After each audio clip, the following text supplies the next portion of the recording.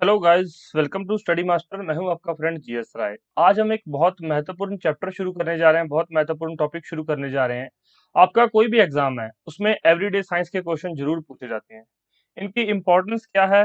देखिए बच्चों, इसमें आपको पता होना चाहिए एवरीडे साइंस मतलब जो भी फिनोमिना हो रहे हैं, गाड़ियां कैसे चलती हैं, बंदूक कैसे चलती है, आप लोग कैसे चलते हैं, पानी की बूंद जब बारिश होती है तो वो बूंद कैसे बन जाती है, ये सारी चीजें, छोटी मोटी चीजें एवरीडे का मतलब जो डे टू डे लाइफ में यूज हो रही हैं, तो ये इम्पोर्टेंट होता है और एग्जाम पॉइंट ऑफ व्यू से भी ये इम्पोर्टेंट है। ओके, तो आपको इस लेक्चर में, इस वीडियोस में मैं यही करवाऊंगा। ये एक सीरीज रहेगी, मैं आपको लाइन टू लाइन पढ़ाऊंगा। यहाँ पर लाइन टू लाइन एक एक चीज बताऊंगा, और अगर आपका मीडियम हिंदी है, इंग्लिश है, आपको इक्वली बेनिफिट यहाँ से होगा, क्योंकि इंग्लिश में यहाँ पर लिखा हुआ है, एक्सप्लेनेशन पूरी मैं आपको हिंदी के अंदर करवाऊंगा। और काफी बच्चे हैं जिनको साइंस में प्रॉब्लम रहती है, लेकिन कोई ढंग का लेक्चर ना मिलने की वजह से साइंस उनकी रह जाती है, तो मैं आपको सारी चीजें करवाऊंगा यहाँ पर। ठीक है, इसके बाद आपको करना क्या है, कोई भी बुक हो आपके पास, कोई भी बुक आप पढ़ रहे हो, कोई नोट्स है, कुछ भी है आपके पास, वहां से जाके आपको जो है रिवाइज करनी है चीज।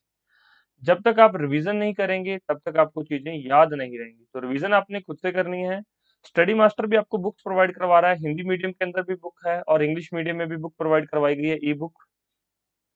तो अगर आप लोग बुक डाउनलोड करना चाहते हैं, डिस्क्रिप्शन बॉक्स में लिंक दिया गया होगा, वहां से जाके आप लोग जो है हिंदी या इंग्लिश जो भी आपका मीडियम है, बुक डाउनलोड कर लीजिए और चीजों को फिर रिवाइज कर लीजिए। अब हमारा सेक्शन ए जो है फिजिक्स है। सबसे पहले हम लोग जो है फिजिक्स को स्टार्ट करेंगे, और फिर उसके बाद केमिस्ट्री, फिर बायोलॉजी और फिर बायोटेक्नोलॉजी, ये सारी चीजें करेंगे। फिजिक्स के अंदर सबसे पहली चीज होती है फिजिकल क्वांटिटी। होता क्या है फिजिकल क्वांटिटी, देख लेते हैं। It is the physical property of a body, substance और a phenomena that can be quantified by measurement. मतलब कोई भी एक फिजिकल क्वांटिटी होती है एक बॉडी के अंदर। मान लो ये एक बॉडी है, इसके अंदर कुछ ये क्वांटिटी है जिसको हम क्या कर सकें, मेजर कर सके, मतलब इसकी क्वांटिटी को बता सके, उसको क्या बोलते हैं, फिजिकल क्वांटिटी। आगे देखते हैं इसकी मेजरमेंट कैसे होती है। Measurement of a physical quantity, तो मेजरमेंट कैसे होती है। अब हमने ये देख लिया कि कोई एक बॉडी है, कोई एक सब्सटेंस है, तो उसके अंदर क्या चीज है, कितनी है, उसको मेजरमेंट को क्या बोलते हैं, फिजिकल क्वांटिटी। अब इसके मेजरमेंट होती कैसे है, देख लीजिए। It is done by assigning a value to physical quantity by comparing it with a standard value। मतलब तभी आपको पता लगता है कि इसकी कोई 1 किलोग्राम है, कोई चीज आपने कभी वेट किया होगा या करवाया होगा। जो आपने कभी सब्जी खरीदी होगी, जो सब्जी को वेट करते हैं, तोल के देते हैं सब्जी को, एक साइड 1 किलोग्राम का वो वहां पर वो रखते हैं बट्टा, और दूसरी साइड जो है वो सब्जी डाल देते हैं। तो मतलब कंपेयर करके ही मेजर किया जा सकता है। It is done by assigning a value to a physical quantity by comparing it with a standard value या फिर calibrated value of the physical quantity which is called unit. अब यूनिट क्या होता है? अब आपके माइंड में आ रहा हो कि सर यूनिट क्या होता है। तो देखिए, कोई भी कैलिब्रेटेड वैल्यू होती है, जैसे कि 1 किलोग्राम, तो यह एक यूनिट है वेट मेजर करने का। टू नो द वैल्यू और magnitude of a physical quantity we generally measure it in different system of units. अब क्या होता है, अब हमें वैल्यू पता करनी है या फिर मैग्नीट्यूड पता करना है किसी भी चीज का, किसी भी फिजिकल क्वांटिटी का, तो हम उसको डिफरेंट सिस्टम में units, different system of unit से मेजर करते हैं। एग्जाम में क्वेश्चन कहाँ से बनता है, फिजिकल क्वांटिटी होती क्या है, ऑप्शन दिए होते हैं चार आपको। व्हाट इज फिजिकल क्वांटिटी, तो ये एक फिजिकल प्रॉपर्टी होती है जिसको हम मेजर कर सकते हैं। याद रहेगा आपको, ये आप क्वेश्चन कर पाएंगे। अब इसमें हम जो फिजिकल क्वांटिटी को मेजर करते हैं, डिफरेंट सिस्टम होते हैं यूनिट्स के, तो डिफरेंट सिस्टम कौन से होते हैं और क्वेश्चन यहाँ से कैसे बनता है, आगे हम देखते हैं।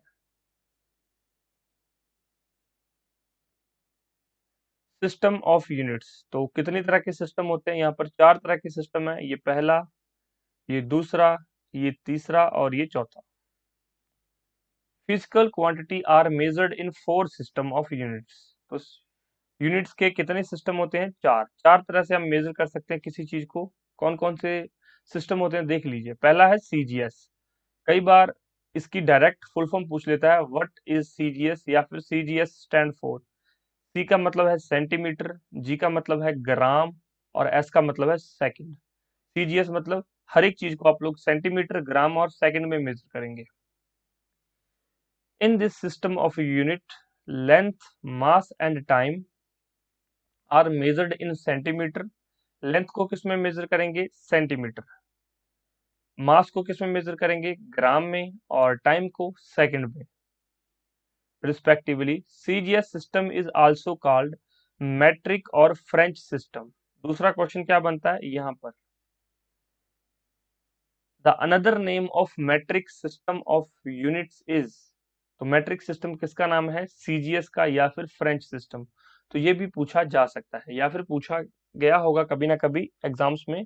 प्रीवियस ईयर क्वेश्चन देख लीजिए, कोई भी बुक्स आती हैं जिसमें हजारों क्वेश्चंस रहते हैं, तो उसमें ये क्वेश्चंस इस तरह के आपको मिल जाएंगे। और अगर आपको क्वेश्चन बैंक चाहिए कि सर हमें क्वेश्चन बैंक चाहिए, क्वेश्चन बैंक डाउनलोड करना है, तो क्वेश्चन बैंक डिस्क्रिप्शन बॉक्स में मैं लिंक प्रोवाइड करवा दूंगा, वहां से जाके आप लोग जो है क्वेश्चन बैंक डाउनलोड कर सकते हैं। हिंदी में अलग से प्रोवाइड करवाएंगे और इंग्लिश में अलग से प्रोवाइड करवाएंगे। डिस्क्रिप्शन बॉक्स में लिंक मिल जाएगा क्वेश्चन बैंक का, वहां से जाके वो डाउनलोड कर लीजिएगा क्वेश्चन, क्योंकि जितने ज्यादा क्वेश्चन की आप प्रैक्टिस करेंगे उतना ही आपके लिए बेहतर है। तो दो चीजें बहुत जरूरी हैं सक्सेस के लिए, पहली रिवीजन, दूसरी प्रैक्टिस। दूसरा सिस्टम क्या है इसमें? एफपीएस। एफ का मतलब क्या है? फुट। अब लेंथ को किस में मेजर करेंगे? फुट में। पी का मतलब है पाउंड। वेट को किस किस में मेजर करेंगे? पाउंड में। और एस का मतलब है सेकंड। टाइम इसमें भी सेकंड के अंदर रहेगा। Foot, pound, second. तो यही इसमें लिखा हुआ है कि आप लेंथ को फुट में मेजर करेंगे, वेट को, मास को पाउंड में मेजर करेंगे, और टाइम को सेकंड में मेजर करेंगे। FPS system is also called British system of units. अब देखिए, सीजीएस जो है फ्रेंच सिस्टम है और एफपीएस जो है ब्रिटिश सिस्टम है। तीसरा है MKS, metre, kilogram, second. In this system of unit, length, mass and time are measured in the metre, kilogram and second. अब देखिए, एक MKS सिस्टम होता है। M का मतलब मीटर, लेंथ को किस में मेजर करेंगे? मीटर में। मास को किलोग्राम में, और टाइम को सेकंड्स में।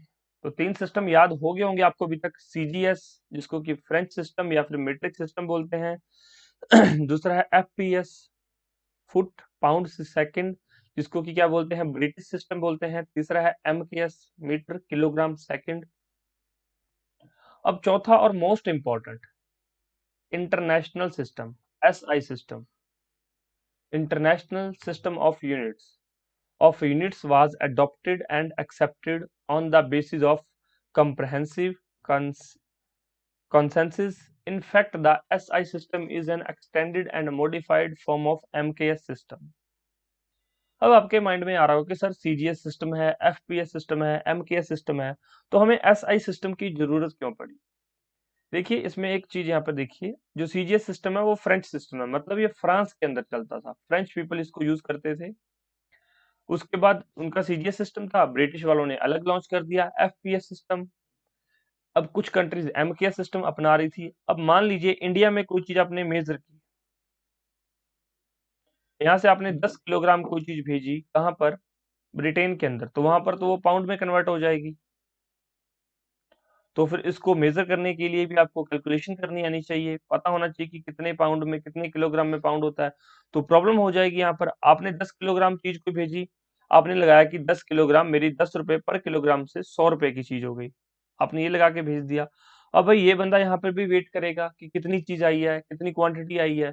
तो इसके लिए अगर आप इंटरनेशनल लेवल पे व्यापार करते हैं, ट्रेड करते हैं, तो आपको एक ही सिस्टम, एक इंटरनेशनल सिस्टम चाहिए। तो फिर एसआई सिस्टम को सभी देशों ने अपना लिया। और जो एमकेएस सिस्टम था, ये एसआई सिस्टम इसकी मॉडिफाइड ही फॉर्म है। ये भी क्वेश्चन पूछा जा सकता है कि एसआई सिस्टम किसकी मॉडिफाइड फॉर्म है, सीजीएस की, एफपीएस की, या फिर एमकेएस की? तो एमकेएस की फॉर्म है। अभी यहाँ पर क्या है? किलोग्राम, मास जो है एम, मीटर, के, किलोग्राम और सेकंड। तो ये एसआई सिस्टम के अंदर ये सारी चीजें ऐसे चलती है। ओके, अब देखते हैं आगे एसआई सिस्टम के अंदर क्या क्या चीजें हैं। उसके बाद कुछ फंडामेंटल क्वांटिटीज हैं और कुछ डिराइव्ड क्वांटिटीज हैं। फंडामेंटल जो बेसिक क्वांटिटीज हैं, fundamental quantities in SI system जो इंटरनेशनली एक्सेप्टेबल है। देखिए क्या क्या चीजें हैं, जैसे कि लेंथ को एसआई स्टैंडर्ड में कैसे मेजर करते हैं, मीटर के अंदर, और इसका सिंबल क्या है, एम है। मतलब अगर आपने कोई लेंथ मेजर करनी है, अगर कहीं पर लिखा होगा 10 एम, 10 एम, तो इसका मतलब क्या है, 10 मीटर। ये 10 मीटर क्या शो कर रही है, ये लेंथ शो कर रही है। ओके। दूसरा है मास। मास का क्या रहेगा यहाँ पर, किलोग्राम, और केजी इसका सिंबल है। तीसरा है टाइम। टाइम क्या है, सेकंड, एस इसका जो है सिंबल है। नेक्स्ट है इलेक्ट्रिक करंट, एम्पियर इसका सिंबल है, एम्पियर, ए फंडामेंटल यूनिट।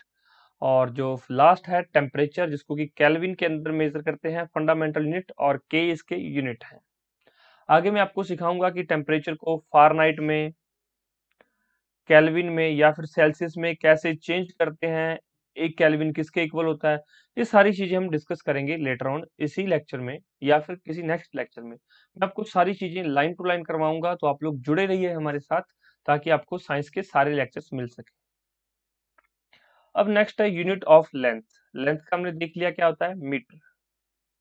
अब 1 मीटर के अंदर कितनी चीज है the S I unit of length is metre. 1 metre is the distance traveled by light in vacuum is 1/299792458 of a second।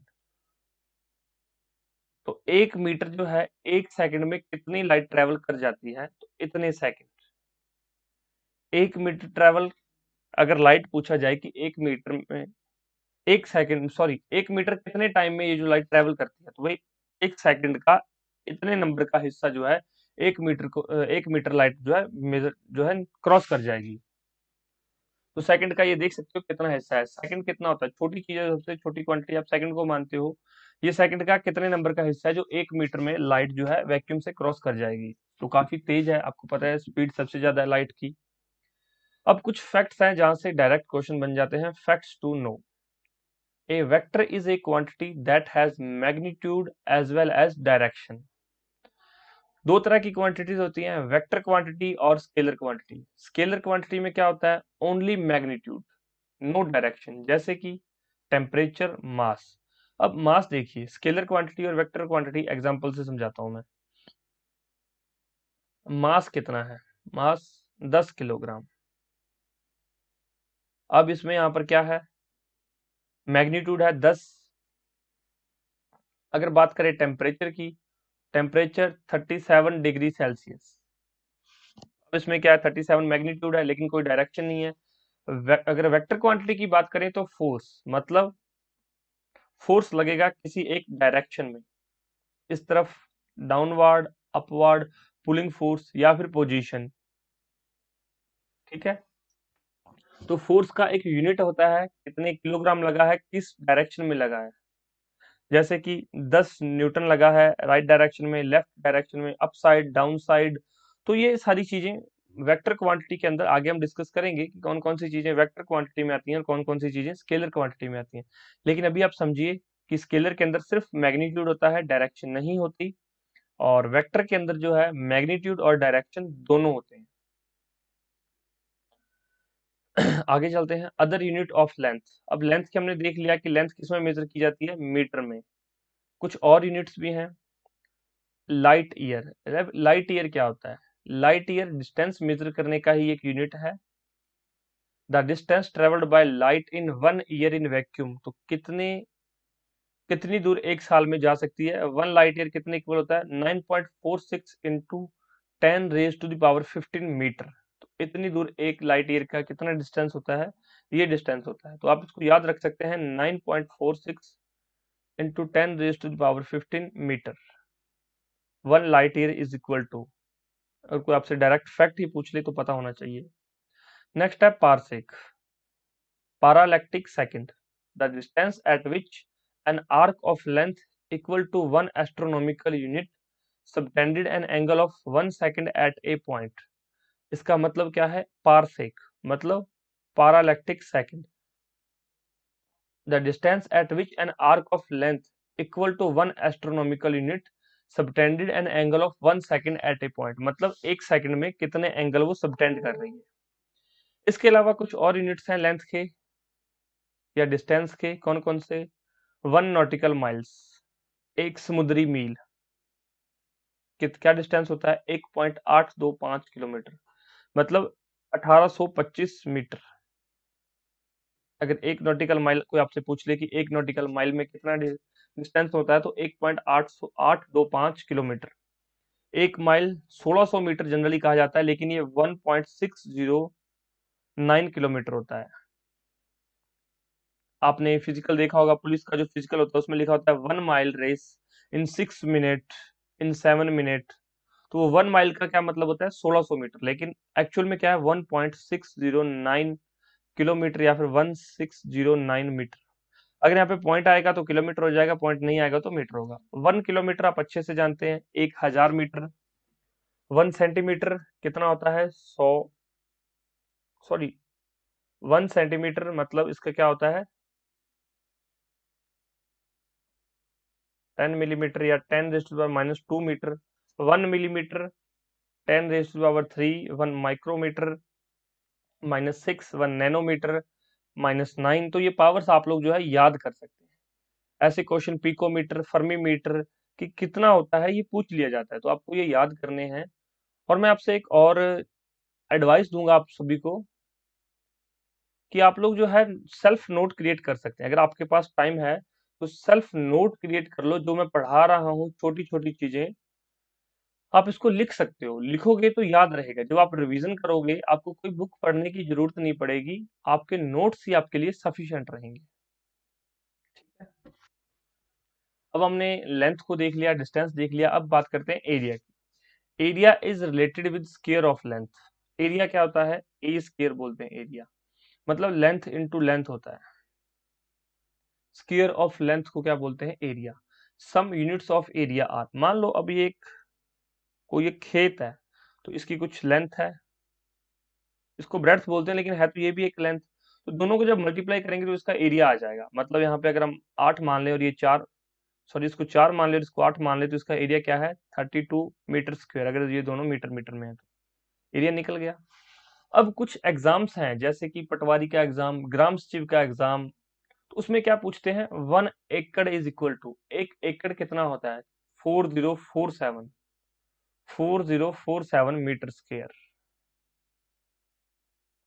मैं आपको सारी चीजें बताऊंगा कि किस एग्जाम में कहां से क्वेश्चन बनता है। 1 एकड़ कितना होता है? 4047 मीटर स्क्वायर। और 1 हेक्टेयर कितना होता है? 10⁻⁴ मीटर स्क्वायर। ये दोनों एरियाज होते हैं, एकड़ या हेक्टेयर दोनों एरियाज होते हैं। एरिया का यूनिट क्या होता है? मीटर स्क्वायर या स्क्वायर होता है, यूनिट स्क्वायर बोलते हैं एरिया का यूनिट। उसके बाद है volume. Volume is related with the cube of length. Some units of volume are. अब वॉल्यूम क्या होती है?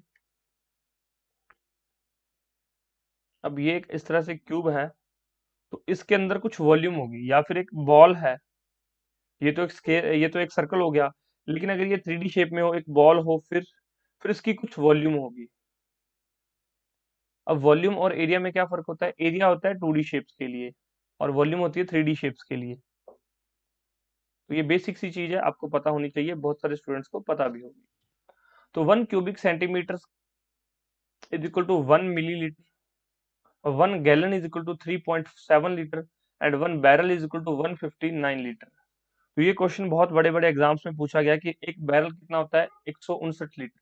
क्योंकि जो इंटरनेशनल ट्रेड होता है, व्यापार होता है, तेल का व्यापार होता है, तेल अगर कहीं से मंगवाते हैं तो बैरल में मंगवाया जाता है। मतलब कितने? 2000 बैरल, 1 लाख बैरल, इस तरह से जो है बैरल मंगवाए जाते हैं। और जब छोटे लेवल पे जो है तेल को बेचा जाए, खरीदा जाता है, तो गैलन की फॉर्म में बेचा जाता है। गैलन 3.7 लीटर एक गैलन में, और एक बैरल में 159 लीटर। अब उसके बाद देखते हैं यूनिट ऑफ मास। पहले लेंथ की बात हो गई, लेंथ के बाद एरिया देख लिया, एरिया के बाद वॉल्यूम देख लिया, अब देखते हैं mass. The SI unit of mass is kilogram. ऊपर पढ़ के हैं आप लोग। 1 kilogram is defined as the mass of. अब मैंने आपको बताया कि 1 किलोग्राम आप मेजर तो करते हो, आपने बट्टा तो देखा होगा, वेट तो आपने देखा होगा 1 किलोग्राम, कि सब्जी वाला जो सब्जी तोलता है उसके पास एक कंडा होता है, एक साइड वो सब्जी रखता है, दूसरी साइड वो वेट रखता है, लेकिन 1 किलोग्राम में कितना मास होता है? तो 5.0188 into 10⁻25 atoms of carbon C12, carbon 12। ठीक है, तो इतना यूनिट इस चीज को बोलते हैं, जो मास कार्बन 12 के, ये जो मास होता है इसको बोलते हैं 1 किलोग्राम। याद रहेगा आपको कि 1 किलोग्राम कहाँ से आया। अब अदर यूनिट्स देख लीजिए, 1 ग्राम कितना होता है? 10⁻³ एक ऑन्स कितना होता है? 28.35 ग्राम। एक मिलीग्राम कितना होता है? 10⁻⁻6 किलोग्राम। एक atomic mass unit AMU, atomic mass unit 1.66 into 10⁻⁻27 kilogram.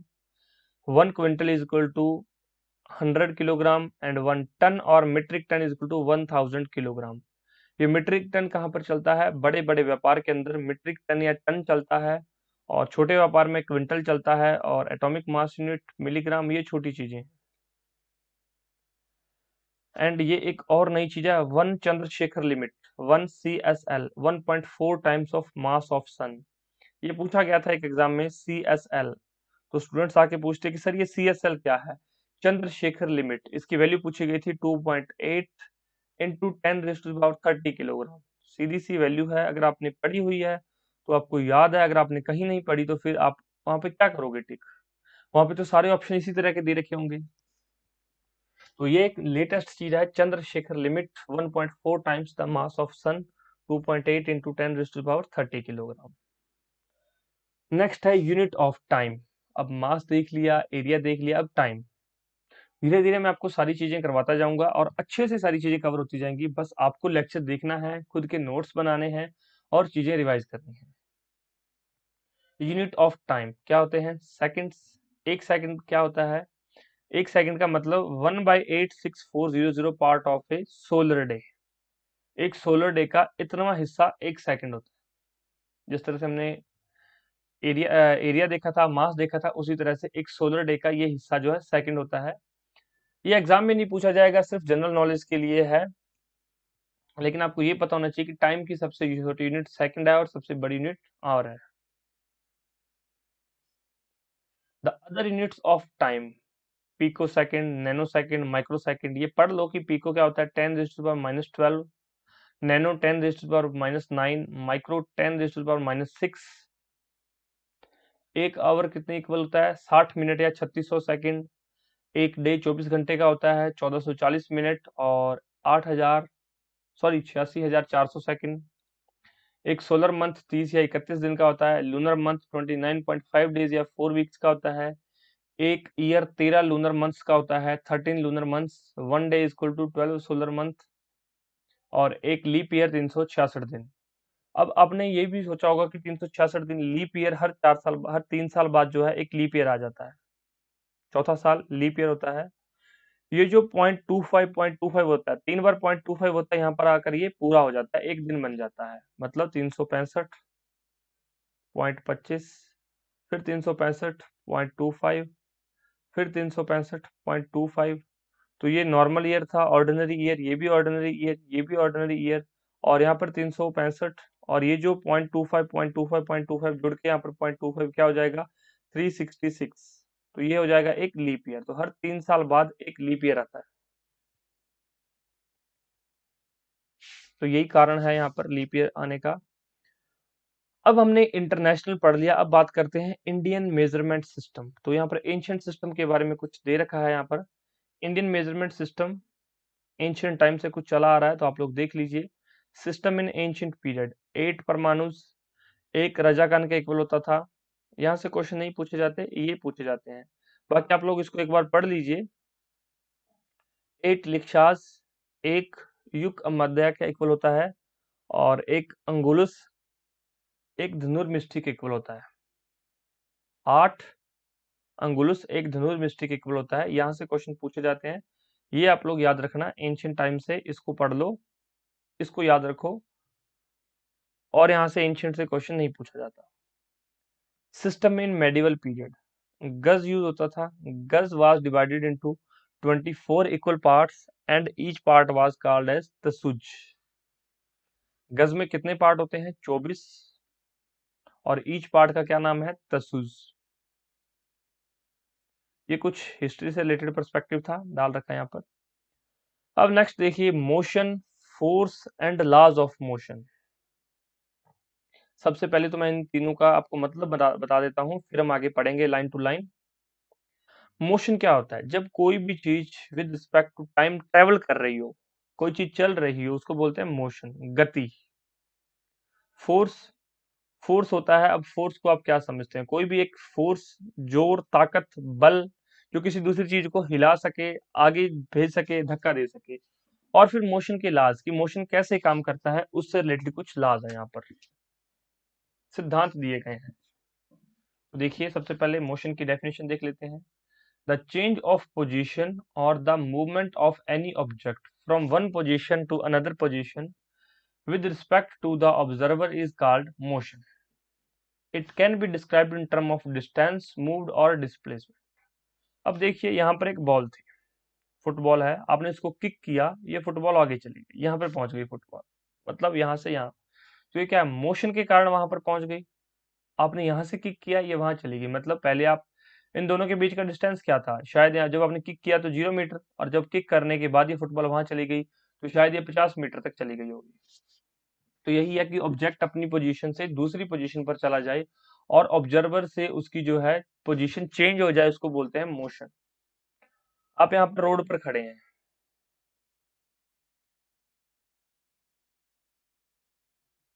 आप यहाँ पर रोड पर खड़े हैं, कार आई, यहाँ से एक कार आई, आपने देखा कि कार यहाँ पर है, अब कार यहाँ चली गई, कार चल रही थी, तो इसका मतलब क्या है? कार मोशन में है, आप पहले यहाँ थी, अब कार वहां चली गई है, तो पोजीशन चेंज हो गई विद रिस्पेक्ट टू ऑब्जर्वर, तो उसको बोलते हैं मोशन। अब मोशन के अंदर जो है डिस्टेंस है, वो दो तरह से मेजर किया जाता है। यहाँ से मैंने आपको बताया कि आपने फुटबॉल को किक किया, यहाँ पर एक बार दोबारा से बना देते हैं।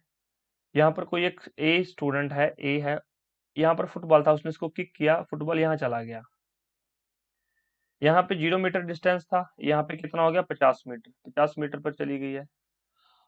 अब मान लो आप यहाँ पर खड़े हो और यहाँ पर कोई चीज घूम रही है, ठीक है, कुछ सर्कुलर पाथ में कोई चीज घूम रही है, तो मतलब इसकी इनिशियल पोजीशन क्या है? ए, फाइनल पोजीशन क्या है? बी। ए से बी का डिस्टेंस कितना है? डिस्टेंस हो सकता है यहाँ पर 2 पाई आर, जो भी डिस्टेंस होगा यहाँ पर, मतलब 100 मीटर हो सकता है। और एक्चुअल में इसकी डिस्प्लेसमेंट क्या है? 0। डिस्प्लेसमेंट होता क्या है? Shortest distance between the initial and final position. आगे ये सारी चीजें लिखी हुई हैं, डोंट वरी, अगर किसी को समझ नहीं आया तो वीडियो पीछे कर लो या फिर आगे देख लो। Motion of any body is defined by its position with respect to its observer. Observer से related, with respect to observer, किसी भी बॉडी की पोजीशन अगर चेंज होती है तो इसका मतलब बॉडी मोशन में है, पहली चीज। दूसरा है distance. Distance is the actual path travelled by the object from initial point two the final point. मतलब ए से बी तक जितना डिस्टेंस ट्रेवल किया गया है उसको क्या बोलते हैं? डिस्टेंस। इनिशियल और फाइनल पॉइंट के बीच में जो भी ट्रेवल किया गया उसको बोलते हैं distance. And it is a scalar quantity, मतलब इसमें सिर्फ डिस्टेंस क्या होता है? इसमें सिर्फ मैग्नीट्यूड होता है, मतलब 10 मीटर, 50 मीटर, 100 मीटर, तो सिर्फ मैग्नीट्यूड है, वो होता है डिस्टेंस। दूसरा मैंने क्या बताया? Displacement. Displacement is the shortest straight line between initial and final position. It is if the initial and final position are the same, the displacement is zero. जैसे मैंने ये बताया कि A और B सेम है, तो डिस्प्लेसमेंट क्या रहेगी? 0। और डिस्प्लेसमेंट होता क्या? मान लो आप यहाँ से चले, आप यहाँ से ट्रेवल करते करते चले गए, आप यहाँ से घूम फिर के कहाँ पर आ गए? यहाँ पर आ गए। ये आपकी ए पोजीशन थी, ये आपकी बी पोजीशन थी, तो आपने डिस्टेंस यहाँ पर मेजर कर लिया 100 किलोमीटर, आपने 100 किलोमीटर ट्रेवल करके आप ए से बी में पहुंच गए।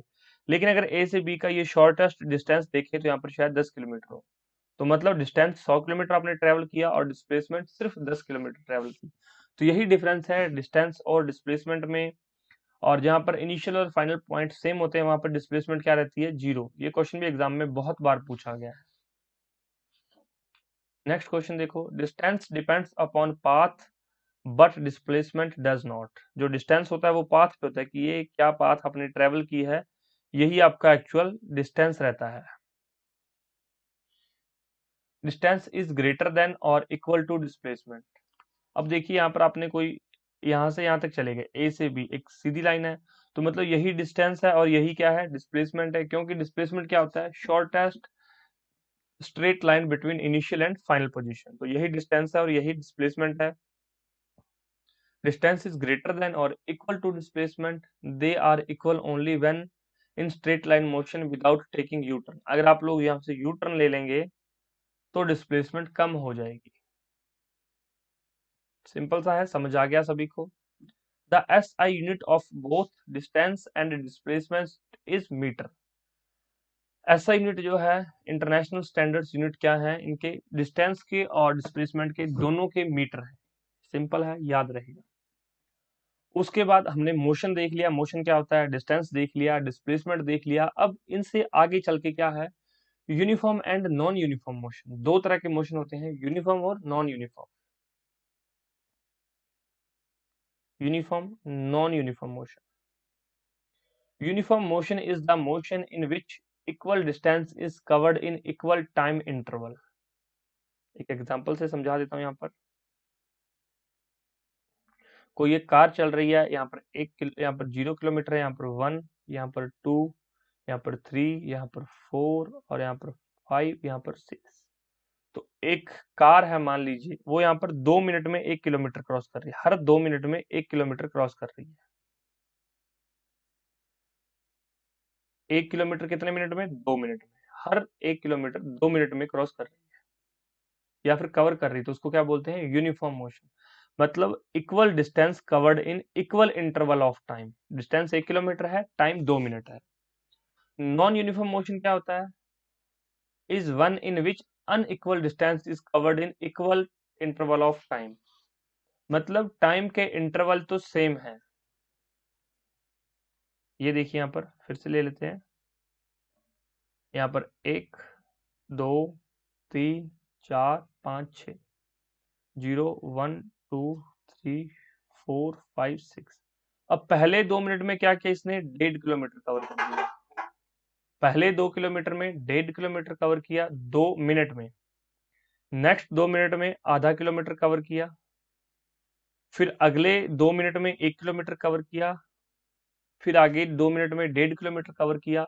मतलब यहाँ पर इक्वल इंटरवल्स ऑफ टाइम है, लेकिन डिस्टेंस जो है अनइक्वल है, डिस्टेंस बढ़ता घटता रहता है, तो उसको बोलते हैं नॉन यूनिफॉर्म मोशन।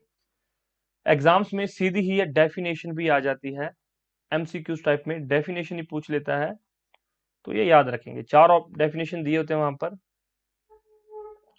4 नहीं 3 डेफिनेशन दिए होते हैं। एक में लिखा होता है नन ऑफ द अबव, तो फिर स्टूडेंट को लगता है कि नन ऑफ द अबव दे रखा है तो यही आंसर होगा, तो पढ़ के जाओगे सही लगेगा और आंसर भी पता चल जाएगा। आगे है स्पीड एंड वेलोसिटी। अब एक स्पीड होती है, एक चीज वेलोसिटी होती है, दोनों में डिफरेंस क्या होता है देख लेते हैं। Speed is the distance travelled bye an object per unit time. Speed क्या, फॉर्मूला क्या है, डिस्टेंस ट्रेवल्ड मतलब जैसे 50 किलोमीटर ट्रेवल किया, टाइम टेकन कितना टाइम लगा, 1 घंटा, 50 किलोमीटर पर आवर, ये इसकी स्पीड है। Speed is the distance travelled bye an object per unit time. मतलब यूनिट क्या है, कोई भी एक यूनिट हो सकता है, 1 घंटा हो सकता है, 1 मिनट हो सकता है, 1 सेकंड हो सकता है। तो distance travelled by time taken, तो speed is equal to distance upon time. ये छोटी क्लासेस में आप लोग पढ़ते थे, जो छोटे छोटे न्यूमेरिकल होते हैं फिजिक्स के, इसी से सॉल्व हो जाते हैं। कई बार एग्जाम्स में ऐसा क्वेश्चन आ जाता है, स्पीड दी होती है, डिस्टेंस दिया होता है, टाइम पूछ लेता है कि कितना टाइम लगेगा। जैसे कि स्पीड क्या दे दी उसने कि 100 किलोमीटर पर आवर उसकी स्पीड है, डिस्टेंस कितना ट्रेवल किया 10 किलोमीटर, तो कितना टाइम लगेगा। तो देखिए यहाँ पर इस फॉर्मूले में पुट कर दीजिए, S equal to D by T, T इधर चला जाएगा तो डी बाई टी 100/100, तो कट जाएगा 1/10। ये किस में आवर्स में है तो इसको काट दो 60, तो ये कट के आंसर आ जाएगा 6 मिनट। ठीक है। नेक्स्ट है average speed, the ratio of total distance travelled to the total time taken by the body to cover it is known as average speed. अब एक होता है स्पीड, दूसरी होती है एवरेज स्पीड। एवरेज स्पीड क्या होता है? Total distance travelled. मतलब यहाँ पर कहीं पर क्या था, 50 किलोमीटर स्पीड थी। अब आप कार चला रहे हो तो हमेशा 50 किलोमीटर की स्पीड पे नहीं चल सकती, कहीं पे ब्रेक अप्लाई करने पड़ते हैं। रोड साफ आ जाए तो 80 किलोमीटर पर आवर भी चल जाती है, और रोड साफ हो जाए, 4 लेन आ जाए तो 100 किलोमीटर पर आवर भी चल जाती है। बहुत अच्छा रोड है, कोई नहीं है तो 120 किलोमीटर पर आवर भी चल जाती है। तो distance travel to the total time taken by body to cover it. अब यहाँ पर 50 किलोमीटर से चला रहे थे तो यहाँ पर कुछ टाइम लगा होगा, कुछ डिस्टेंस ट्रेवल किया होगा। 80 किलोमीटर से कुछ टाइम लगा होगा, कुछ डिस्टेंस ट्रेवल किया गया होगा। तो टोटल टाइम टेकन और total distance travel by the body to cover it known as average speed, तो उसको बोलते हैं एवरेज स्पीड। एवरेज स्पीड का फॉर्मूला क्या होता है? टोटल डिस्टेंस ट्रेवल्ड, चाहे आपने 10-10 किलोमीटर, 15 किलोमीटर, 20 किलोमीटर ट्रेवल किया है, टोटल टाइम टेकन, यहाँ पर जितना भी टाइम लगा है, मान लो 3 घंटे लगे हैं, तो ये उसकी स्पीड हो जाएगी।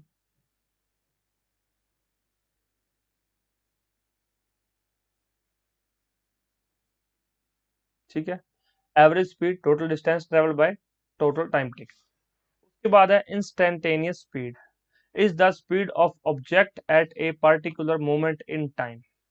तो एक होती है इंस्टेंटेनियस स्पीड, कौन सी होती है? Speed of object at a particular moment of time. किसी एक पर्टिकुलर मोमेंट के लिए जो स्पीड होती है उसको बोलते हैं इंस्टेंटेनियस स्पीड। यहाँ से क्वेश्चन नहीं बनता, एवरेज स्पीड से बन जाता है, क्वेश्चन भी आ जाते हैं एवरेज स्पीड के क्वेश्चन आ जाते हैं। नेक्स्ट है velocity, is the displacement of the body per unit time. तो यहाँ पे आप देख लीजिए, स्पीड क्या होता है? डिस्टेंस अपॉन टाइम, और वेलोसिटी क्या होता है? Displacement upon time. ये दोनों में difference. Okay, displacement of object by time taken. अब उसी तरह से एवरेज वेलोसिटी क्या होती है? The ratio of total displacement to the total time taken by body is the average velocity. मतलब यहाँ पर जिस तरह से आपने एवरेज स्पीड निकाली थी उसी तरह से एवरेज वेलोसिटी निकालेंगे। ये इसका फॉर्मूला है, पढ़ लीजिएगा, total displacement upon total time taken. उसके बाद इंस्टेंटेनियस वेलोसिटी, किसी एक पर्टिकुलर पॉइंट ऑफ टाइम पे जो किसी भी ऑब्जेक्ट की वेलोसिटी होती है उसको बोलते हैं instantaneous velocity, particular point in time. अब ये देख लीजिए, speed is a scalar quantity. पूछेगा आपसे क्या स्पीड एक स्केलर क्वांटिटी है, या फिर निम्नलिखित में से कौन सी स्केलर क्वांटिटी है? Its units is metre per second. On the other hand, velocity is a vector quantity and its units is metre per second. तो यूनिट दोनों के सेम है, मीटर पर सेकेंड, लेकिन स्पीड जो है स्केलर क्वांटिटी है और वेलोसिटी जो है आपकी वेक्टर क्वांटिटी है। वेक्टर क्वांटिटी मतलब स्पीड मैग्नीट्यूड भी है और डायरेक्शन भी है कि किस चीज डायरेक्शन में जा रही है कोई चीज। नो मोर के अंदर पढ़िए, यहाँ पर आप लोग कुछ चीजें दी गई हैं, आप इतना काम कीजिए, इसको पढ़ लीजिए भी एक बार। Velocity has both magnitude and a direction, while speed has only magnitude, no direction. Velocity has the same direction as displacement. देखिए इसमें वेलोसिटी की डायरेक्शन कौन सी होती है? वही जो डिस्प्लेसमेंट की डायरेक्शन है। मतलब शॉर्टेस्ट पॉइंट, यहाँ पे मैंने आपको इस तरह से एग्जांपल बताया था कि ए पॉइंट है, ये बी पॉइंट है, तो ये जो डिस्प्लेसमेंट है यही वेलोसिटी की भी डायरेक्शन होगी। Average speed is always greater than average velocity except in the cause of straight line motion without a U-turn, both are equal। Average speed हमेशा ज्यादा होगी एवरेज वेलोसिटी से, बस उसमें एक्सेप्शन है, यू टर्न नहीं आना चाहिए। When a body return to its initial position, the average velocity will be zero, but the average speed will not be zero। यहाँ पे देखिए जब बॉडी अपनी इनिशियल पोजीशन पर आ जाती है तो एवरेज वेलोसिटी क्या हो जाती है? जीरो हो जाती है, क्योंकि डिस्टेंस ट्रेवल्ड जीरो हो गया। बट एवरेज स्पीड कभी भी जीरो नहीं होती। ये देखिए एवरेज वेलोसिटी, डिस्प्लेसमेंट ही जीरो हो जाएगी, इनिशियल पॉइंट और फाइनल पॉइंट सेम है, तो डिस्प्लेसमेंट जीरो है, टाइम टेकन जितना मर्जी टाइम टेकन हो फिर वो जीरो हो जाएगा। ये इंपॉर्टेंट है, एग्जाम में डायरेक्ट स्टेटमेंट की फॉर्म में पूछते हैं। ये सिविल सर्विसेज या स्टेट पीसीएस के लेवल का क्वेश्चन है। When the direction of motion changes velocity also changes. याद रहेगा, when the direction of motion changes the velocity also changes. Direct statement आती है कि ये स्टेटमेंट सही है, गलत है, डिपेंड्स अपॉन द कंडीशन, तो ये ट्रू है। अब आगे चलते हैं एक्सेलरेशन। एक्सेलरेशन क्या होता है? Acceleration is the measure of acceleration is the measure of change of velocity with respect to time। अब मान लो velocity change हो रही है, यहाँ पर डिस्टेंसेस है, यहाँ पर 2 मिनट, फिर 2 मिनट, 2 मिनट, और ये भी 2 मिनट, और ये भी 2 मिनट। हर 2-2 मिनट बाद velocity चेंज हो रही है, तो उसको क्या बोलते हैं? Acceleration. It is also called the rate of change of velocity। Acceleration की अगर आसान भाषा में डेफिनेशन याद करनी हो तो क्या होता है? It is the rate of change of velocity, या फिर rate of change of velocity is called acceleration. Acceleration निकालने का formula, final velocity minus initial velocity by total time taken. ये फॉर्मूला है, final velocity by minus initial velocity by total time taken acceleration. इसके unit क्या होते हैं, पूछ लिए जाते हैं। SI units of acceleration is metre per second square. क्यों? क्योंकि वेलोसिटी के जो यूनिट क्या होते हैं, मीटर पर सेकंड होते हैं, और इसके बाद टाइम टेकन और लग गया सेकंड, तो ये क्या हो जाएगा? Metre per second square. याद रहेगा एक्सेलरेशन के यूनिट। एक आपके लिए छोटा सा क्वेश्चन है, एक्सेलरेशन ड्यू टू ग्रेविटी की वैल्यू क्या है? वैल्यू पूछी है मैंने आपसे, value of acceleration due to gravity. Gravity के कारण कितनी एक्सेलरेशन लगती है, उसकी वैल्यू क्या है, आपसे एग्जाम में डायरेक्ट पूछी जाएगी, या फिर कभी ना कभी न्यूमेरिकल के अंदर ये यूज होता है। तो आप लोग कमेंट कीजिए। अगर आप लोग ये लेक्चर जो है हमारी एप्लीकेशन स्टडी मास्टर ऑफिशियल पर देख रहे हैं, तो भी नीचे आपको जो है कमेंट बॉक्स दिया गया, वहां पे आप लोग कमेंट कर सकते हैं। और अगर आप यूट्यूब पे देख रहे हैं, तो फिर तो आपके पास, आपको सभी को पता है कमेंट बॉक्स कहाँ पर है, कमेंट कहाँ करना है। acceleration has the same direction as velocity। acceleration has the same direction as velocity if the velocity increases। acceleration और velocity की डायरेक्शन सेम रहती है, whereas it has opposite direction as if velocity decreases and in case the acceleration is negative। अगर direction velocity की change हो जाएगी, same direction में है तो वेलोसिटी इंक्रीज हो जाएगी, और अगर मान लो एक्सेलरेशन और वेलोसिटी डिफरेंट डायरेक्शंस में है, तो क्या हो जाएगा? एक्सेलरेशन नेगेटिव हो जाएगी। आप समझिए, अगर दोनों चीजें एक ही डायरेक्शन में है तो वेलोसिटी बढ़ जाएगी। अगर वेलोसिटी और एक्सेलरेशन एक ही है तो पॉजिटिव रहेगी। अगर मान लीजिए एक एक डायरेक्शन में, दूसरी दूसरी डायरेक्शन में है, तो एक्सेलरेशन क्या हो जाएगी? नेगेटिव। यहाँ पे एक्सेलरेशन पॉजिटिव है, यहाँ पे एक्सेलरेशन नेगेटिव है, मतलब वेलोसिटी और एक्सेलरेशन की यहाँ पर डायरेक्शन चेंज होगी, अपोजिट होगी। Negative acceleration is also called retardation या फिर डी एक्सेलरेशन। सीधा एग्जाम में पूछा गया क्वेश्चन है ये, कि नेगेटिव एक्सेलरेशन क्या होती है, रिटार्डेशन होती है या डी एक्सेलरेशन होती है? तो दोनों सेम ही है। उसके बाद देखिए, uniform and non uniform acceleration. एक होती है यूनिफॉर्म एक्सेलरेशन, एक होती है नॉन यूनिफॉर्म एक्सेलरेशन। जिस तरह से हमने मोशन पढ़ा है, उसी तरह से ये भी है, यूनिफॉर्म एंड नॉन यूनिफॉर्म। देख लेते हैं। when the velocity of a body changes by equal amount in equal time interval, मतलब velocity change हो रही है equal time में, then it is said to be uniform। जैसे मैंने आपको फिर से एक एग्जांपल बताता हूँ, यहाँ पे velocity है 10 मीटर पर सेकंड, यहाँ पे भी सेम velocity है, यहाँ पे भी सेम, यहाँ पे भी सेम, यहाँ पे भी सेम। यहाँ पे 2 मिनट का टाइम लग रहा है, यहाँ पे भी 2 मिनट का, यहाँ पे भी 2 मिनट का टाइम लग रहा है। when the velocity of a body changes by equal amount in equal time interval, the acceleration is said to be uniform।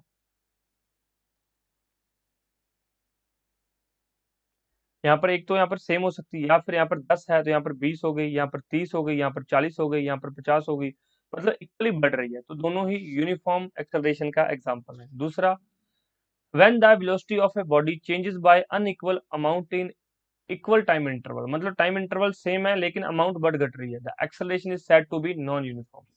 अब आपको याद रहेगा कि यूनिफॉर्म एंड नॉन यूनिफॉर्म में क्या है, टाइम इंटरवल सेम रहता है,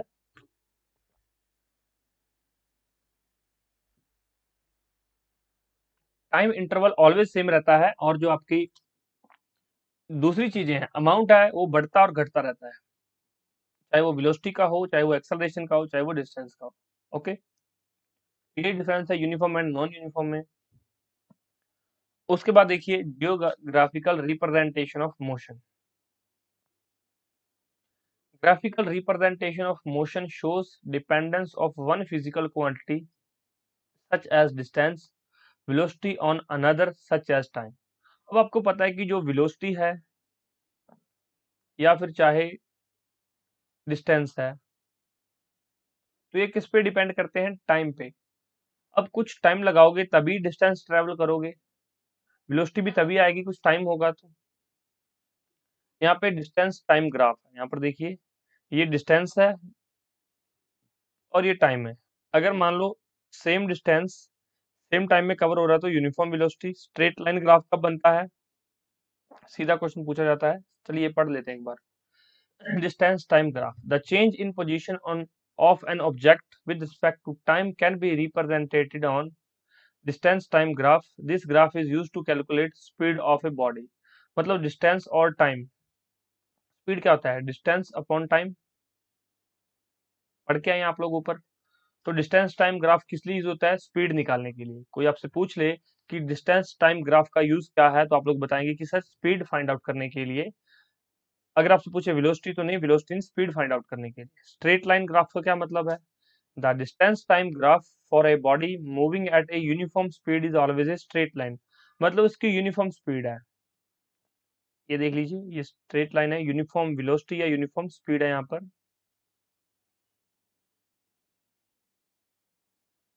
as body moves equal distance in equal time interval. तो यहाँ पर एक एक मिनट में 10-10 मीटर, एक एक यहाँ पर यूनिट नहीं लिखे हुए टाइम के, सेकंड है या मीटर है, देख लीजिए कुछ भी है। तो मतलब एक मिनट में 10, दो में 20, तीन में 30, सेम टाइम इंटरवल चल रहा है, तो इसलिए यूनिफॉर्म वेलोसिटी या फिर यूनिफॉर्म स्पीड का एग्जांपल है स्ट्रेट लाइन ग्राफ।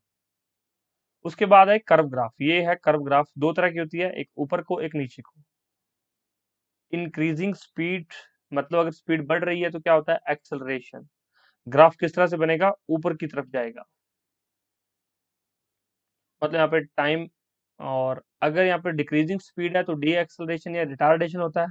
तो ग्राफ इस तरह से आएगा, नीचे की तरफ आएगा ग्राफ, ये नीचे की तरफ आ रहा है, D acceleration. When the distance time graph is plotted for an object moving at uniform speed, the result will not be a straight line, but instead it will be curved line. The rising trend of the slope shows increasing trend of velocity और decreasing जो है decreasing trend of velocity है। तो आप देख सकते हैं अगर अपवर्ड जा रहा है तो इंक्रीजिंग स्पीड का ऑप्शन है, एक्सेलरेशन है। नीचे की तरफ आ रहा है तो डिक्रीजिंग स्पीड या फिर डी एक्सेलरेशन या रिटार्डेशन है, हम लोग अभी ऊपर पढ़ के आए हैं। The distance time graph is parallel when the body is at rest. ये आपसे डायरेक्ट क्वेश्चन में पूछा जाएगा और पूछा भी गया है, ये पीसीएस लेवल का क्वेश्चन है, ये स्टेट पीसीएस लेवल का, कि डिस्टेंस टाइम ग्राफ पे बॉडी रेस्ट पे होती है तो कौन सा ग्राफ बनेगा? ये ग्राफ बनेगा। यहाँ पर देखिए, यहाँ पर डिस्टेंस सेम है और टाइम यहाँ पर बढ़ रहा है, ठीक है, क्योंकि बॉडी क्या है? रेस्ट पे है। अब मान लो आप कहीं पे खड़े हो, टाइम तो बढ़ता जाएगा और आपकी बॉडी एक ही जगह है, तो डिस्टेंस ट्रेवल जीरो, जो आपने ट्रेवल कर रखा था when the body is at rest. तो ये ग्राफ बनेगा, distance time graph of a body at rest. तो ये चार तरह के ग्राफ मैंने करवाए हैं, आप लोग इसको बनाकर देख लीजिए। वो था डिस्टेंस और टाइम ग्राफ, अब है वेलोसिटी टाइम ग्राफ। स्पीड होता है डिस्टेंस बाय टाइम, वेलोसिटी होती है डिस्प्लेसमेंट अपॉन टाइम। तो पहले क्या था? स्पीड या वेलोसिटी निकालने का, अब क्या है? यहाँ पर वेलोसिटी टाइम ग्राफ है, तो ये एक्सेलरेशन का है। If a body moves with uniform velocity and no acceleration, then the velocity time graph of this body will be a straight line parallel to time axis। मतलब यहाँ पर क्या है? यूनिफॉर्म वेलोसिटी है और एक्सेलरेशन नहीं है, तो इस तरह का ग्राफ बनेगा। वेलोसिटी बिल्कुल कांस्टेंट है, यूनिफॉर्म वेलोसिटी मतलब वेलोसिटी कांस्टेंट है। यहाँ पर एक वैल्यू आ गई, मान लो 10 वैल्यू है, तो ये थ्रू आउट द टाइम 10 चल रही है और टाइम यहाँ पर क्या है? बढ़ रहा है। यूनिफॉर्म वेलोसिटी है मतलब सेम इंटरवल ऑफ टाइम पे सेम वेलोसिटी है, और एक्सेलरेशन क्या है? जीरो है। तो वेलोसिटी टाइम ग्राफ कैसा आएगा? एक स्ट्रेट लाइन बनेगी पैरेलल टू टाइम एक्सिस। ये लिखा हुआ पैरेलल है टाइम एक्सिस के। पैरेलल तो पता होगा, यहाँ पर अगर 10 मीटर डिस्टेंस है तो यहाँ पर भी 10 मीटर डिस्टेंस है, वो होता है parallel. Velocity time graph for uniform velocity, ये इस तरह का ग्राफ होता है। ये यूपीएससी लेवल के क्वेश्चन है फ्रेंड्स। यहाँ पर यूपीएससी लेवल में इस तरह के क्वेश्चन पूछ लिए जाते हैं, आ जाते हैं। टी सेट के अंदर इस तरह का क्वेश्चन आ जाता है, जीएस के अंदर भी इस तरह से क्वेश्चन पूछा जा सकता है। तो ये पीसीएस लेवल के क्वेश्चन है, आपको पता होने चाहिए। If the object moves with a non uniform speed, the speed time graph will be A straight line. यहाँ पर नॉन यूनिफॉर्म स्पीड है, तो जो स्पीड टाइम ग्राफ है वो स्ट्रेट लाइन होगी। The pattern of slope will depend on the, will not be A straight line आएगा यहाँ पर। अगर नॉन यूनिफॉर्म स्पीड से कोई चीज चल रही है तो स्ट्रेट लाइन नहीं बनेगी। पैटर्न कैसे होगा वो देख लीजिए। यहाँ पर ये वेलोसिटी है, टाइम है, वेलोसिटी टाइम, ये नॉन यूनिफॉर्म है, तो नॉन यूनिफॉर्म किसी भी तरह से हो सकती है। यहाँ पर देख लीजिए।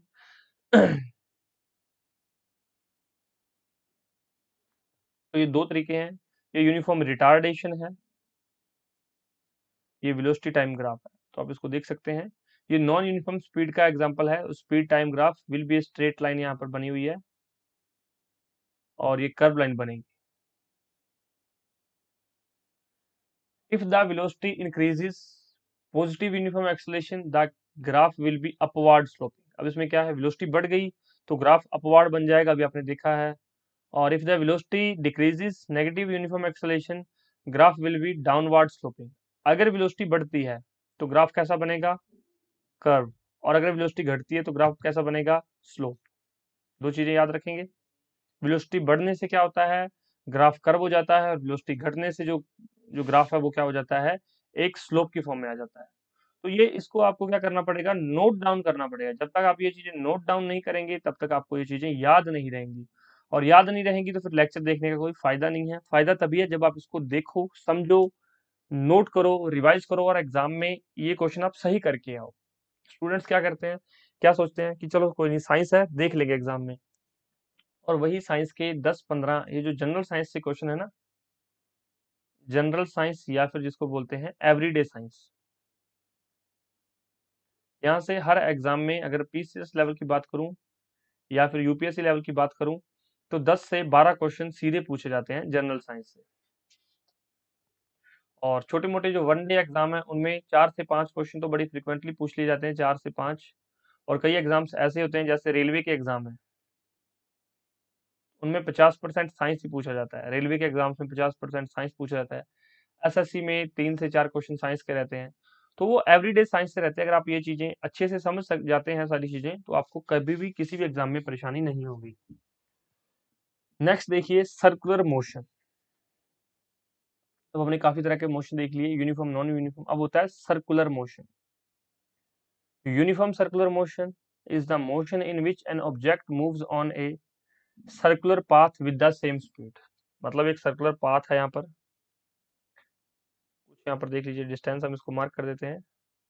मतलब वो सेम टाइम में, ये जितने टाइम, मान लो 10 मिनट में ये ट्रैवल कर रहा है तो 10 मिनट में ये ट्रैवल होगा, 10 मिनट में ये, 10 मिनट में ये, 10 मिनट में ये। मतलब यूनिफॉर्म यहाँ पर क्या है, उसकी स्पीड है, सेम स्पीड है, उसको बोलते हैं यूनिफॉर्म। और ये होता है नॉन यूनिफॉर्म में क्या होता है, is the motion in which an object moves on a circular path with varying speed. मतलब स्पीड वेरी कर रही है, कभी स्पीड कम हो गई, कभी ज्यादा हो गई, तो वो होता है नॉन यूनिफॉर्म मोशन। दो तरह का है, सर्कुलर मोशन, यूनिफॉर्म मोशन और नॉन यूनिफॉर्म मोशन। तो हमने देखा था मोशन, फोर्स और इसके लॉज।